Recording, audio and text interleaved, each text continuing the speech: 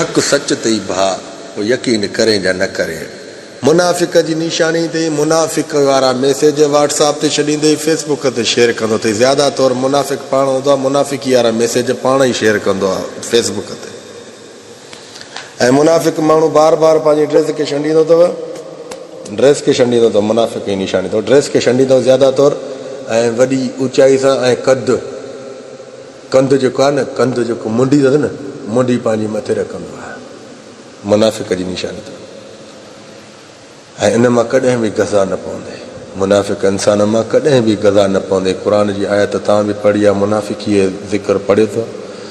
ऐं ॿियो जहाइल जेको इंसान आहे उहो ज़्यादा तौर पंहिंजे पाण खे घणो होशियारु सम्झंदो आहे ऐं उहो एतिरो होशियारु न हूंदो आहे, पर हुनजी इहा सोच पंहिंजी अना में रखंदो आहे, पंहिंजे पाण खे जहाइल इंसान जी माना सोचंदो आहे या जहाइल इंसान जी मां निशानी थो ॾियां।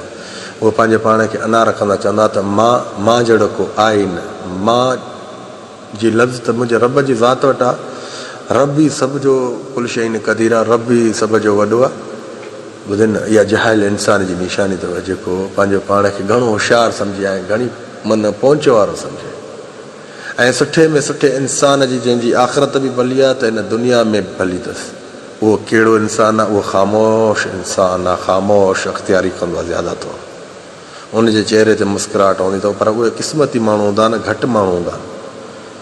रब्बुल आलमीन क़ुर में मुनाफ़िकी जो बयानु त ॾिनो आहे, पर मुनाफ़िकत वारा आहिनि ई घणा न।